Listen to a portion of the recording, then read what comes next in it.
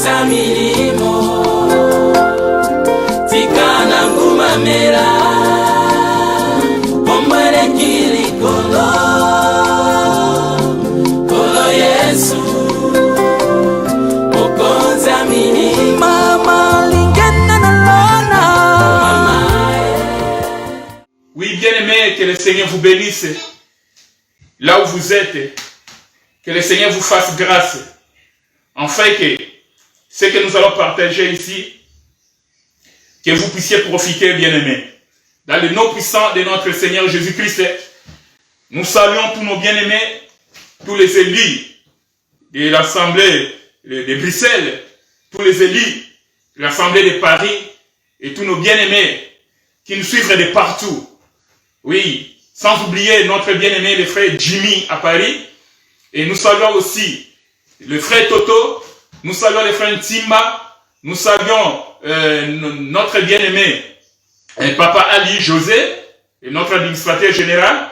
Nous saluons le docteur Roger Bouleli, nous saluons le frère Patou, nous saluons le frère Boïka, et le trio, ces jeunes gens qui font bien leur travail. Et nous saluons tous nos bien-aimés qui, dans cet évangile, ils sont en train de nous aider avec des conseils, avec des remarques, en fait que nous puissions aller de l'avant. Que le Seigneur vous bénisse et que tous nos bien-aimés qui sont connectés, soyez bénis dans le nom puissant de notre Seigneur Jésus-Christ de Nazareth. Oui, nous continuons avec notre enseignement qu'on avait commencé le dimanche passé. Aujourd'hui, c'est la deuxième partie. Et comme vous savez tous, notre thème c'est Adam, la femme de Dieu, s'est prostituée. Et nous avons dit par conséquent, il doit mourir. Et nous avons, pour faire un petit résumé, pour ceux qui n'étaient pas peut-être les dimanches passés, que nous avons démontré que Adam, véritablement, était la femme de Dieu.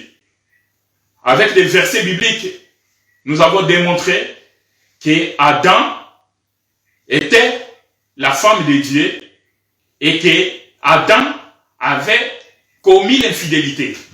Il s'était prostitué. Et Dieu est venu apporter le secours. Ça, c'est une mesure de la grâce. Ou le fait que Dieu est allé tuer un animal pour venir vêtir Adam, ou bien pour venir vêtir l'homme. Et voilà pourquoi aujourd'hui, nous continuons, parce que vous vous souviendrez que le dimanche passé, nous avions dit que Adam, malgré son infidélité, et malgré sa prostitution, mais il n'était pas rassasié. C'est-à-dire, au cours de cet enseignement, nous allons démontrer comment l'esprit d'Adam a marché tout au long des Écritures. Donc nous allons vous montrer que l'esprit d'Adam n'est pas resté au jardin et que son infidélité ne s'est pas arrêtée là-bas, que l'esprit d'Adam est sorti du jardin, mais ça a continué tout à la longueur du temps. C'est ce que nous allons faire aujourd'hui, bien-aimés. Et sans plus tarder, pour gagner du temps, je vais t'inviter de prendre les textes, ta Bible. Là, je suis dans le livre de Genèse toujours, chapitre 12. Genèse, chapitre 12, nous allons lire du 10e au 20e verset. Et je lis au nom de Jésus-Christ de Nazareth. Il y eut une famine dans le pays, et Abraham descendit en Égypte pour y séjourner, car la famine était grande dans le pays. Comme il était près d'entrer en Égypte, il dit à Sarai, sa femme, « Voici, je sais que tu es une femme belle de figure. Quand les Égyptiens te verront, ils diront, c'est sa femme, et ils me tueront et te laisseront la vie. Dis, je te prie, que tu es ma sœur, afin que je sois bien traité à cause de toi, et que mon âme vive grâce à toi. » Lorsqu'Abraham fut arrivé en Égypte, les Égyptiens virent que la femme était fort belle. Les grands de Pharaon la virent aussi et la vantèrent à Pharaon. Et la femme fut amenée dans la maison de Pharaon. Il traita bien Abraham à cause d'elle. Et Abraham reçut des brebis, des bœufs, des ânes, des serviteurs et des servantes, des ânesses et des chameaux. Mais l'Éternel frappa des grands plaies Pharaon et sa maison au sujet de Sarai, femme d'Abraham. Alors Pharaon appela Abraham et dit, « Qu'est-ce que tu m'as fait? Pourquoi ne m'as-tu pas déclaré que c'était ta femme? Pourquoi as-tu dit, c'est ma sœur? Aussi l'ai-je pris pour ma femme. Maintenant, voici ta femme, prends-la et va-t'en. » Et Pharaon donna ordre à ses gens de les renvoyer, lui et sa femme, avec tout ce qui lui appartenait. Parole du Seigneur. Nous allons prendre notre deuxième lecture. C'est le verset qu'on avait lu la fois passée, mais je vais encore le reprendre parce que nous allons marcher avec ces versets jusqu'à la fin. Exode chapitre 21, versets 33 à 34. La Bible dit ceci. Si un homme met à découvert une citerne, ou si un homme en creuse une et ne la couvre pas, et qu'il y tombe un bœuf ou un âne, le possesseur de la citerne paiera au maître de la valeur de l'animal en argent et aura pour lui l'animal mort. Parole du Seigneur. Alléluia. Bien-aimés, comme nous l'avons dit la fois passée, que le lit que Adam avait perdu dans les jardins, aujourd'hui, en notre temps de la grâce, c'est la chair. Quand nous parlons de la chair ici, c'est le pupitre. Là où les ministres se mettent debout pour communiquer, pour transmettre ce que le Seigneur lui a donné. Parce que nous sommes des hommes castrés. Nous sommes des hommes qui n'ont pas des appareils de production de la semence. Voilà.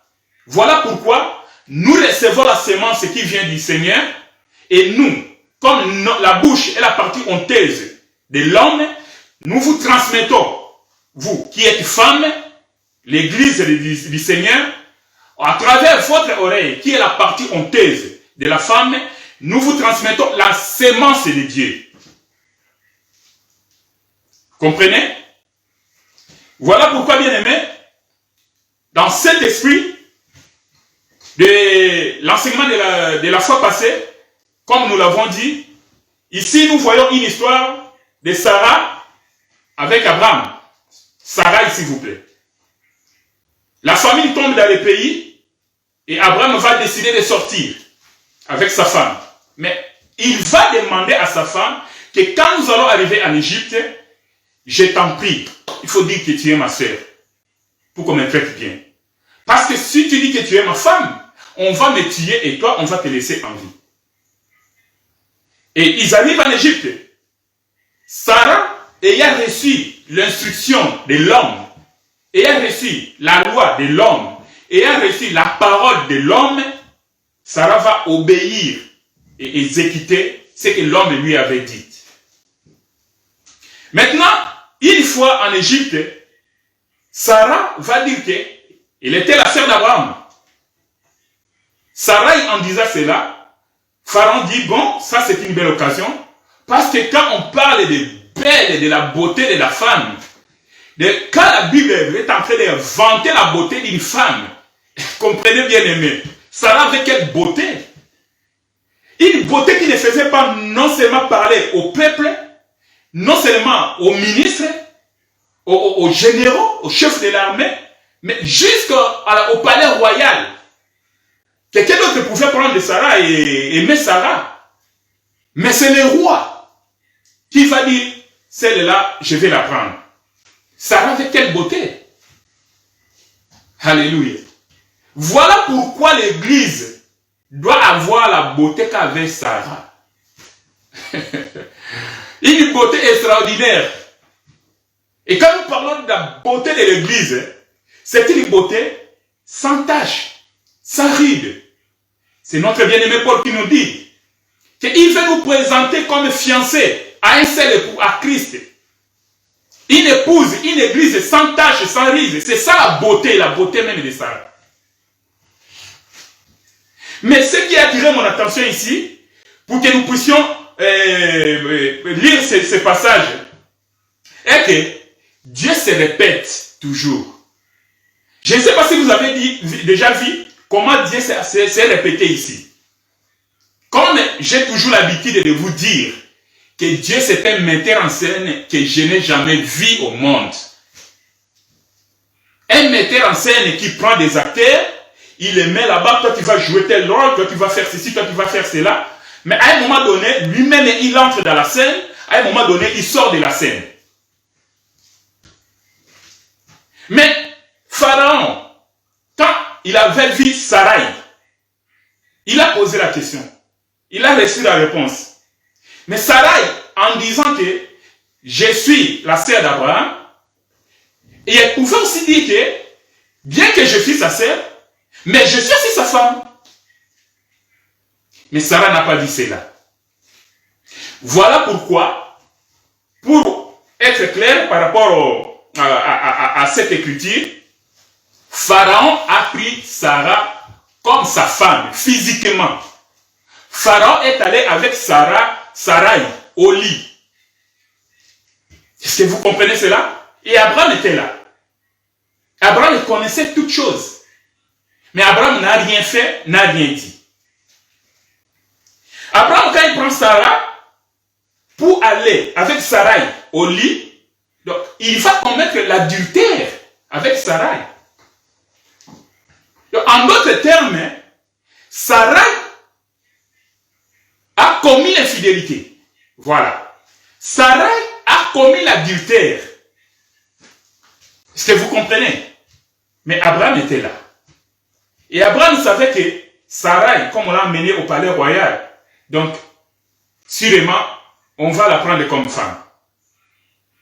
Mais quand Dieu vient pour intervenir, Sarai rentre auprès d'Abraham, normalement, en tant qu'humain, selon la loi, Abraham n'avait qu'à tuer sa femme. Parce que sa femme avait commis l'infidélité. Parce que sa femme s'est prostituée.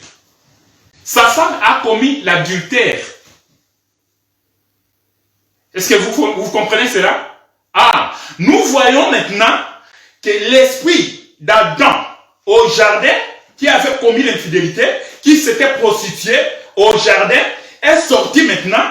Nous le voyons maintenant dans la vie de Sarah. Et Abraham, comme l'époux de Sarai, donc Abraham ici est l'image de Dieu. Vous comprenez cela? Mais pourquoi Abraham ne va pas tuer Sarah? Mais la réponse est claire. C'est le passage que nous avons lu de Exode. Là où la Bible nous avons dit que celui qui laisse sa citerne ouverte, ou bien qui creuse une et la laisse ouverte et que l'animal tombe, c'est cette personne-là qui va payer en prix d'argent l'animal, ou bien il va récupérer même les cadavres. Voilà. Si Abraham ne pouvait pas tuer Sarah, comme Dieu se répète, c'est normal. Parce que c'est Abraham qui avait donné la loi à Sarah, il lui avait donné son précepte, il lui avait donné sa parole, que tu vas dire que tu es ma sœur. Et c'est ce que Sarah a fait. Et ainsi dit, étant, donc Sarah ne pouvait pas connaître la mort physique devant Abraham, puisque c'est Abraham qui lui avait dit ça. C'est Abraham qui avait ouvert la citerne. Est-ce que vous voyez cela? Vous voyez ce qui s'était passé au jardin? C'est ce qui se passe ici avec Sarai. Ok? Donc, en d'autres termes, nous pouvons dire ceci. Sarai, c'est une âme vivante, tandis que Sarah, c'est l'esprit qui vivifie. Alléluia. Gloire à Jésus. Amen. Pourquoi nous disons cela? Parce que cette même femme, parce que Sarah était une femme mariée, elle était fidèle à son mari. Elle n'a jamais déconné. Elle n'a jamais trompé son mari. Mais cette fois-ci, elle va tromper son mari parce que son mari lui a donné l'ordre, l'instruction. Maintenant, Sarah, quand elle va commettre la prostitution avec Pharaon, vous allez comprendre, bien aimé, que la même femme, la même personne de Sarah, quand elle va arriver auprès d'Abimelech, là, Sarai, n'est plus Sarai, parce que son identité a déjà changé, parce que Sarai, c'était une femme stérile. Mais quand elle va arriver devant Abimelech, Sarai n'est plus Sarai, Sarai est déjà devenue Sarah. Donc Sarah a déjà la vie, Sarah a déjà la sémence. Et là, Dieu ne permettra pas que Abimelech puisse y toucher Sarah. Est-ce que vous avez vu cela? Donc, Sarah, hier, une femme fidèle, après, elle va commettre l'infidélité, elle va se prostituer, elle va commettre l'adultère, mais, parce que là-bas, elle n'avait pas de sémence, elle n'avait pas la vie en elle. Mais une fois devenue Sarah, là, elle ne commet plus l'adultère, elle ne sera plus infidèle, parce qu'elle a la vie en elle. Et Abimelech n'a pas le droit de la prendre comme femme. Alléluia. Donc c'était pour vous montrer que la même personne, parce que nous avons considéré Adam comme femme mariée, comme femme légitime, qui était fidèle, elle va commettre l'infidélité, elle va devenir l'infidèle. Ici nous voyons Sarai, qui était une femme mariée, une femme fidèle, et elle va commettre l'infidélité, elle va commettre la prostitution. À l'instar d'Ève, à l'instar d'Adam, qui ne pouvait pas mourir sur le champ à cause de son infidélité, parce qu'il y a eu une mesure de grâce qui est venue.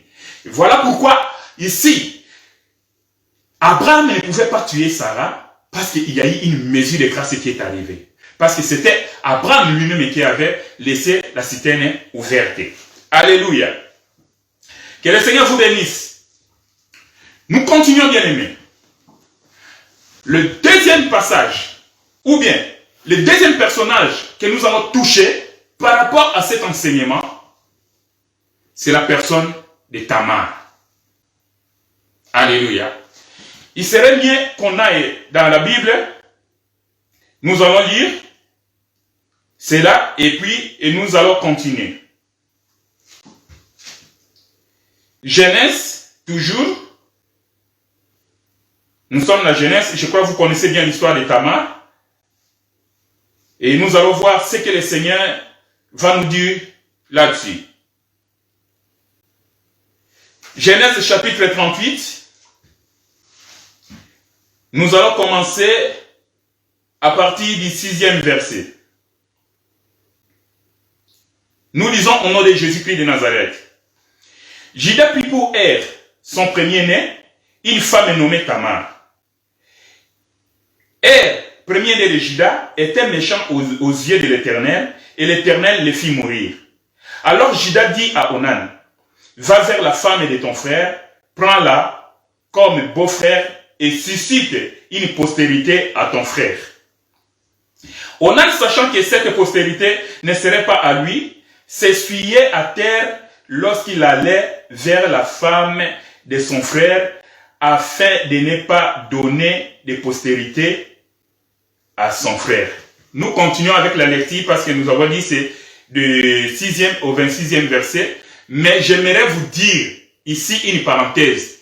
Le fait que Onan s'essuyait à terre, c'est ce qu'on appelle aujourd'hui la masturbation.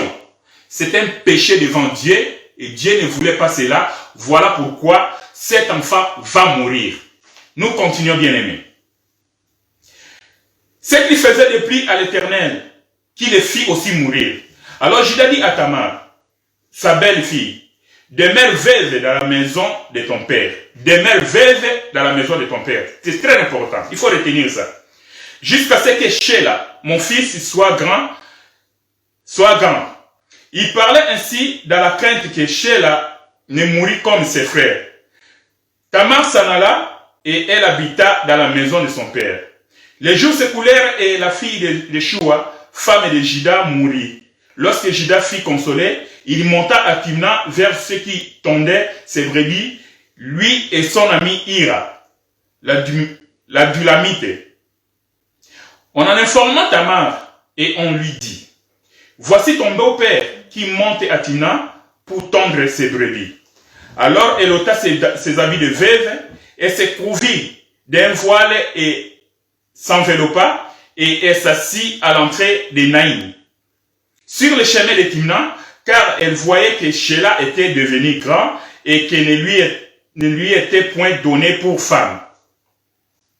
Jida la vit et l'a pris pour une prostituée, parce qu'elle avait couvert son visage.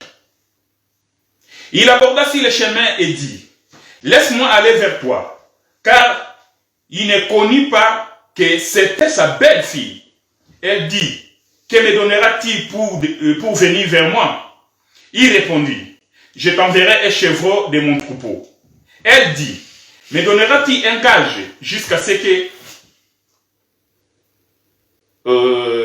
excusez-moi, il y a un appel qui est entré. Oh là là. Oui. Excusez-moi, je vais me déconnecter. Hein? Ok. Pour éviter les appels. Oui, je reprends le verset 18. Il répondit, quel gage me donnera-t-il? Elle dit, ton cachet, ton cordon et les bâtons que tu as à la main. Il les lui donna, puis il alla vers elle. Et elle devint enceinte de lui. Elle se leva et s'en alla. Elle ôta son voile et remit ses habits de veuve. Jida envoya les chevreaux par son ami, la Dulamite, pour retirer les gages des mains de la femme, mais il ne la trouva point.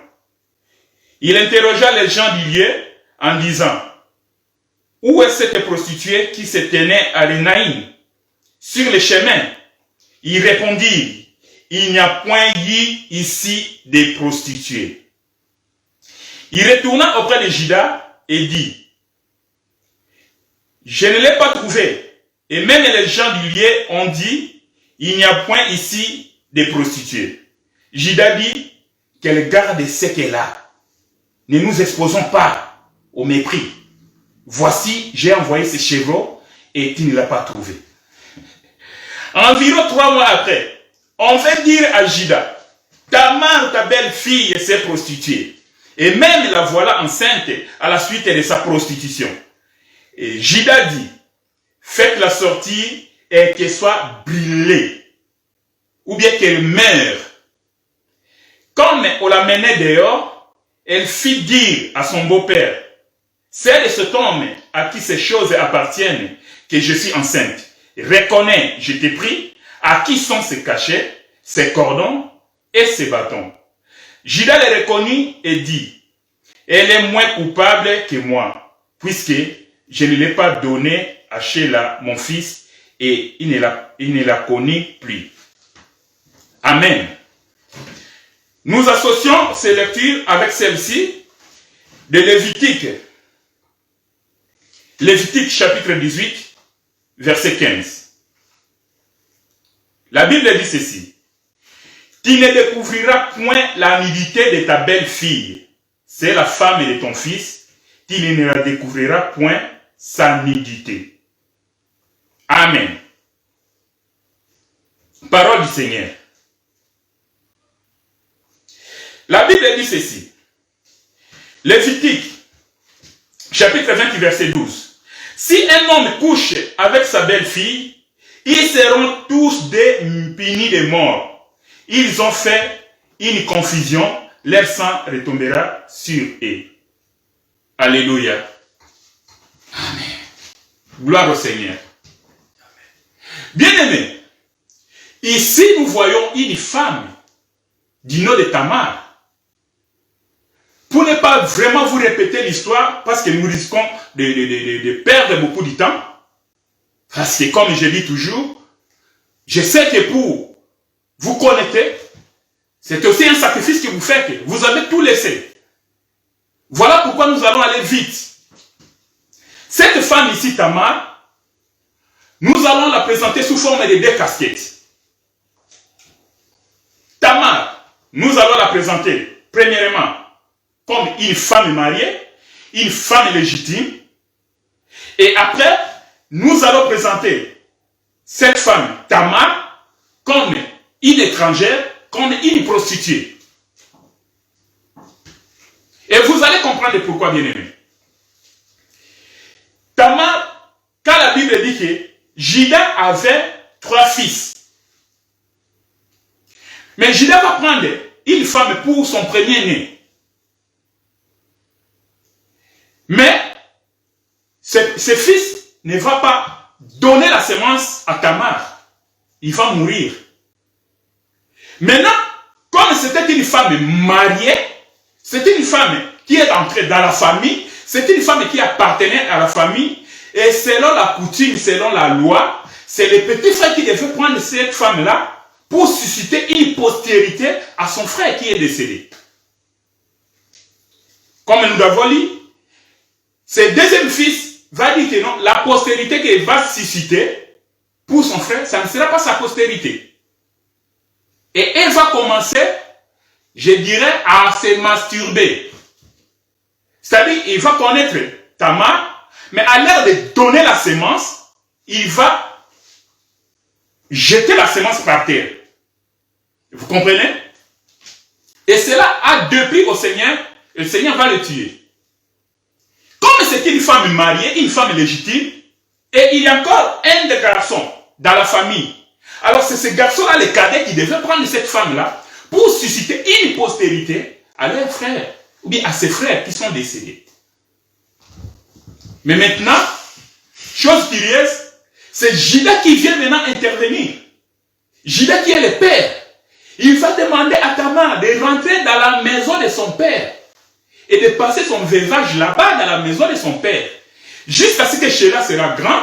Et quand Sheila sera grand, et il va lui donner comme mari.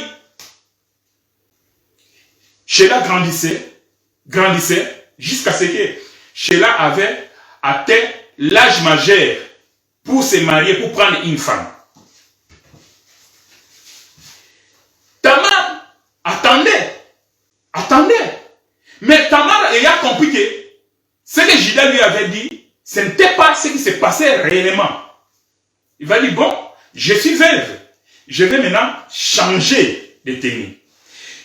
Tamar va mettre les habits de veuvage. Et c'était connu, les veuvages, les veuves avaient l'air tenue que quand elle passait, elle savait que non, cette femme-là est veuve. Celle-là est veuve. Celle-là est comme ça. Celle-là est prostituée. En mettant cette tenue-là, elle va enlever la tenue des veuvages et elle va se mettre au coin de rue comme une prostituée. En devenant prostituée, elle qui était une femme légitime, parce qu'il avait son mari qui était Sheila, c'est seulement qu'ils ne se sont pas mis ensemble. Maintenant, en étant prostituée, dans les coins, on ne la connaissait pas. Et dans ces coins-là, il n'y avait pas de prostituées. Voilà pourquoi les gens vont dire que non, dans ces coins, il n'y a jamais eu de prostituées. Juda vient, Juda trouve une femme, une prostituée. Laisse-moi vous dire, mes bien-aimés, si Juda a quitté sa maison, si Juda a quitté son pays pour aller, selon ce que la Bible nous dit, qu'il est allé voir les gens qui étaient en train de tondre ses brebis, en réalité, Juda était descendu, parce qu'il parle de descendre. Juda le père était descendu. En réalité, c'était pour chercher une femme. Juda avait besoin d'une femme. Mais chose curieuse, la femme que Juda a besoin, ce n'est pas n'importe quelle femme. Ce n'est pas une femme ordinaire. Juda va chercher une femme qui est une prostituée. Alléluia. Juda va chercher une femme prostituée. Et vous allez comprendre avec moi que Juda qui était marié, sa femme était décédée, il est resté seul.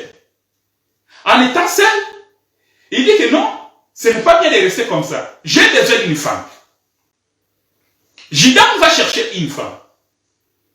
Mais il va tomber entre les mains d'une prostituée. Une prostituée qui n'est rien d'autre que sa belle-sœur. Vous comprenez? Nous bénissons le Seigneur. Parce que quand Judas va négocier avec Tamar, et avec tout ce qui s'était passé, il va connaître Tamar. En connaissant Tamar, il va donner la sémence.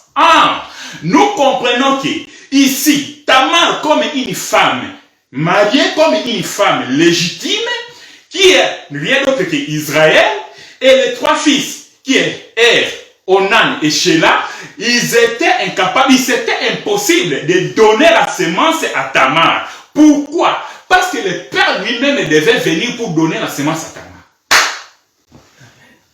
Alléluia.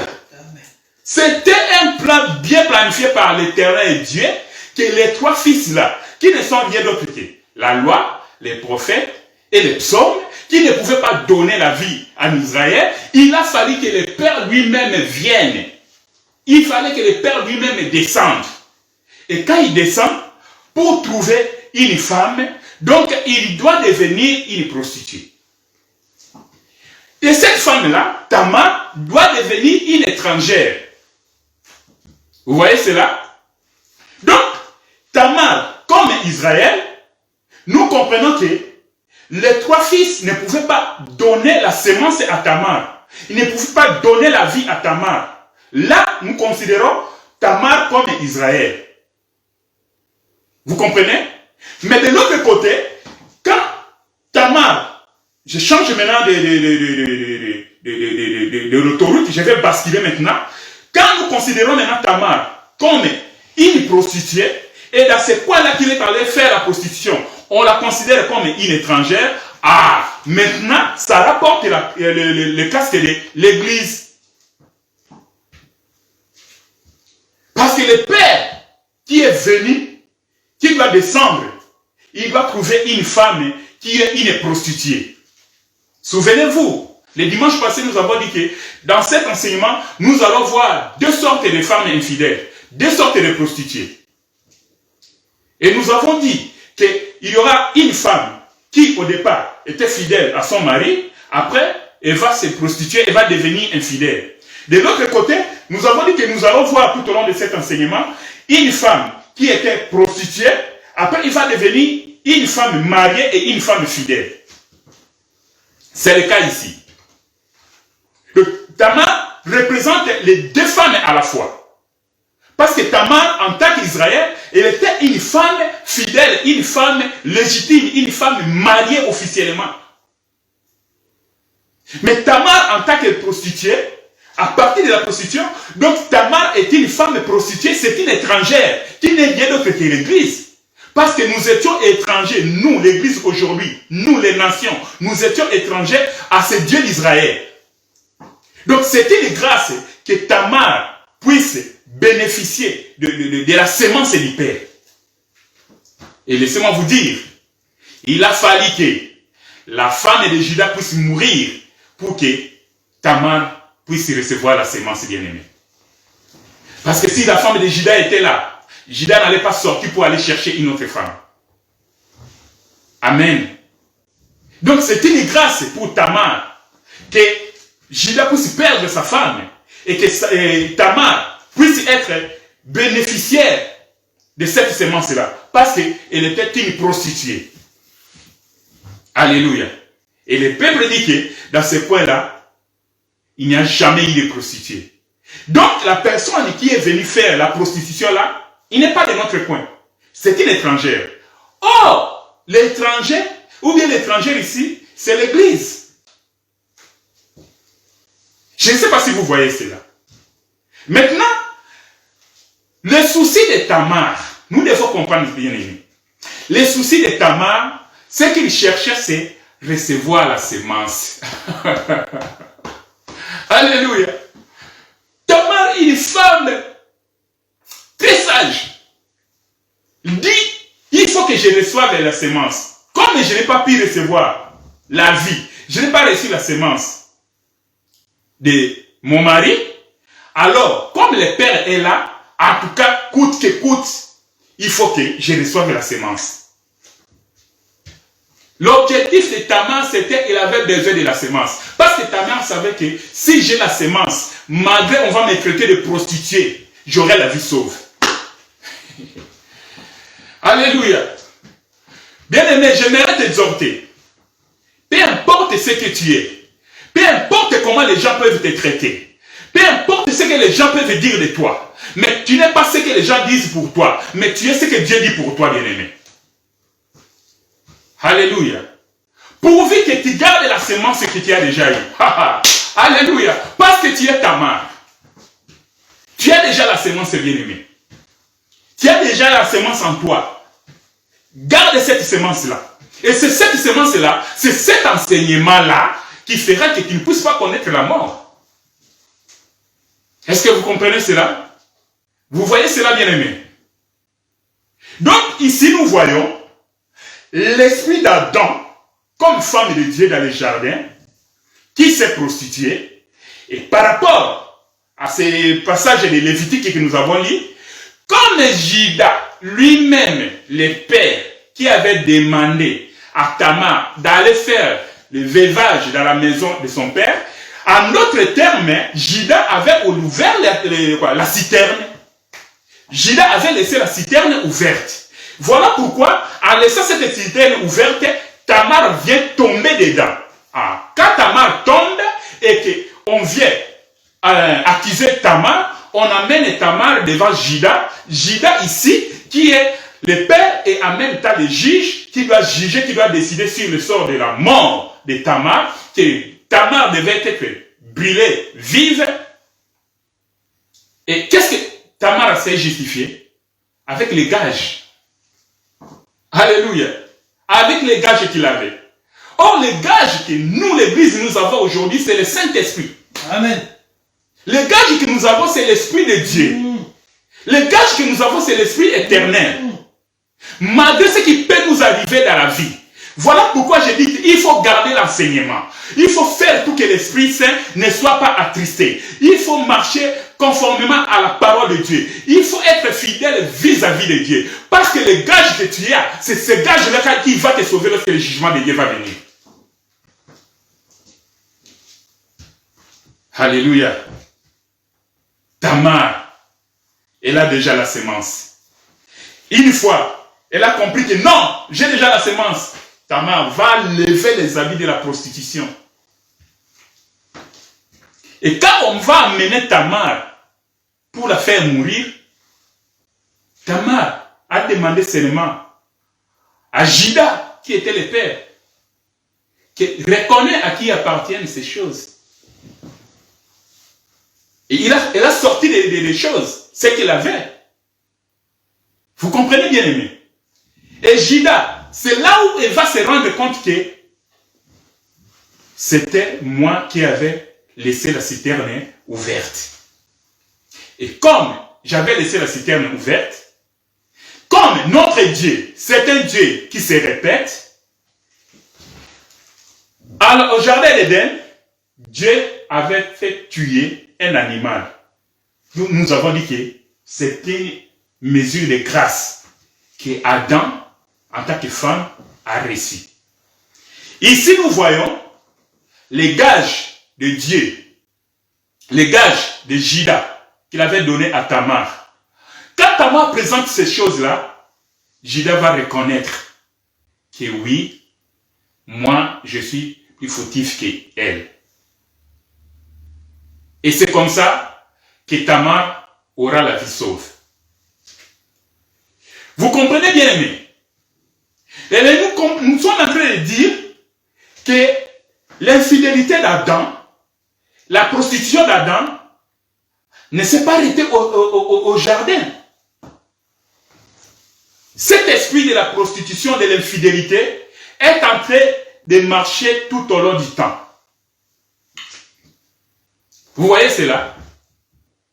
Et nous allons continuer pour voir si cet esprit-là s'est arrêté avec Tamar, au niveau de Tamar. Alléluia. Gloire à Jésus. Je crois que nous faisons un effort en vous donnant cet enseignement.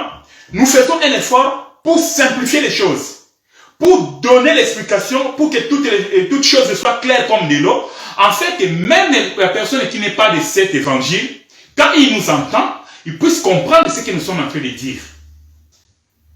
Et que cela puisse donner la vie. Alléluia.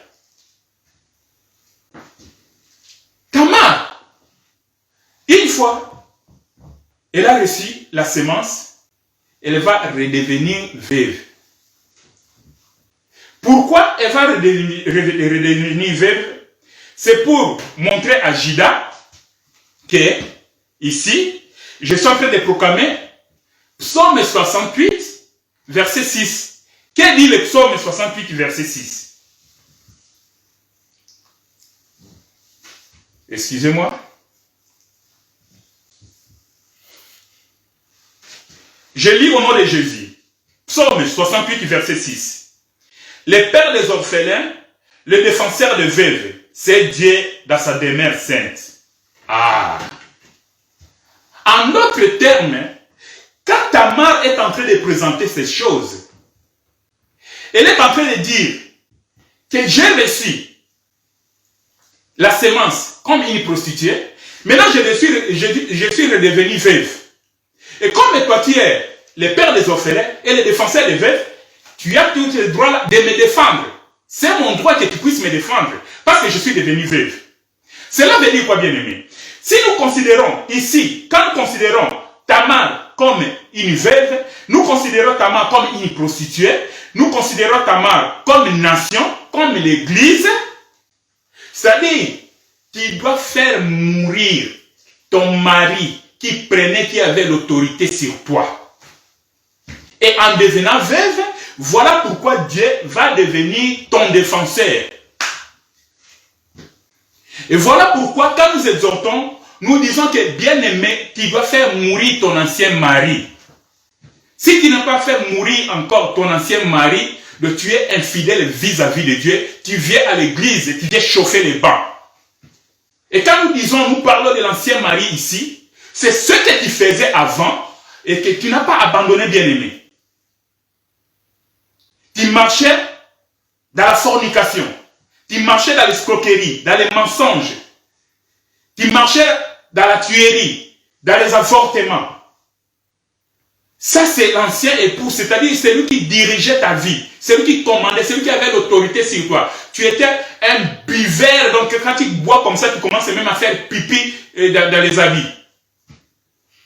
Donc la boisson était ton mari.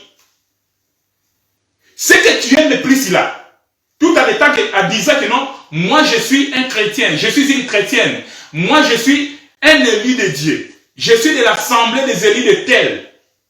Si tu n'as pas encore tué ton premier mari, tu as un problème sérieux, bien-aimé. Il faut que tu tues ton premier mari, tu deviennes veuve, c'est alors que l'Éternel vient te prendre comme femme et de là, il va te défendre. Et là, il va te défendre. Et tu seras sauvé parce que tu es devenu la femme de quelqu'un. Alléluia. Tu es devenu la femme de quelqu'un. Laisse-moi vous dire, une fois Tamar a reçu cette sémence-là, la Bible dit que Judas n'a plus connu cette femme-là. Mais la femme avait déjà la sémence. Vous voyez? Et cette femme-là, elle a eu la vie sauve. Bien-aimé, l'infidélité vis-à-vis de Dieu n'est pas une bonne chose. Restons fidèles à Dieu. Restons fidèles à l'enseignement. J'aimerais t'exhorter, bien-aimé. Nous traversons des moments difficiles. Nous traversons des moments du temps de la fin. Nous traversons des moments où la prophétie est en train d'accomplir. Les prophéties sont en train d'accomplir sous nos yeux. Nous sommes cette génération-là. Vous avez appris, bien-aimé. Le dernier élément qui bouge le monde aujourd'hui, qui a mis tout le monde à genoux, qui a mis tout le monde sur la même longueur d'onde, c'est le Covid-19. Avec le Covid-19, laisse-moi te dire, Les gens qui étaient habitués à aller chaque samedi dans des fêtes de mariage, dans des fêtes des anniversaires, aujourd'hui, les garde-robes sont restés fermés. Vous comprenez? On ne peut plus faire rien. Et vous serez d'accord avec moi. Nous avons suivi les informations que bientôt, et il y a déjà des pays qui sont en train d'imprimer des passeports médicaux. Si tu n'as pas de vaccin bien aimé, tu ne peux pas voyager. Si tu n'as pas de vaccin, il n'y aura pas d'école pour les enfants qui n'auront pas de vaccin. Il n'y aura pas de la garderie pour les enfants qui n'auront pas de vaccin. Ou les parents vont refuser de prendre le vaccin. Vous comprenez comment le gouvernement mondial est en train de se concrétiser maintenant. Nous n'avons plus droit à l'erreur, bien-aimés. Nous qui connaissons la parole. Alléluia. Il est temps, bien-aimés, de craindre encore Dieu. Donc nous comprenons que le Seigneur Jésus-Christ est à la porte. Parce que bientôt, la trompette va sonner. Et l'Antichrist va se manifester. Parce que l'esprit d'Antichrist a commencé à travailler depuis le temps des apôtres. Tout au long, depuis le temps des apôtres jusqu'à aujourd'hui, l'esprit de l'Antichrist est en train de travailler. Pour faire quoi? Pour préparer l'arrivée de l'Antichrist. Voilà pourquoi, Apocalypse 13, quand vous lisez là-bas, vous allez comprendre que nous sommes allés, donc on est en train de nous coincer petit à petit, en fait que nous arrivions à ce niveau que si tu n'as pas de vaccin, tu ne peux pas acheter et tu ne peux pas vendre. Est-ce que vous voyez cela? Tu ne peux pas voyager, aller à un autre pays. D'ailleurs, il y a des pays qui ont déjà décidé qu'ils vont mettre des mesures. Tu ne peux même pas déplacer de ta province à une autre province. Mais quand le vaccin va commencer, alors là, tu peux voyager. Aujourd'hui, on nous interdit même de recevoir les membres de la famille à la maison. Vous voyez cela? Oui, c'est bien beau.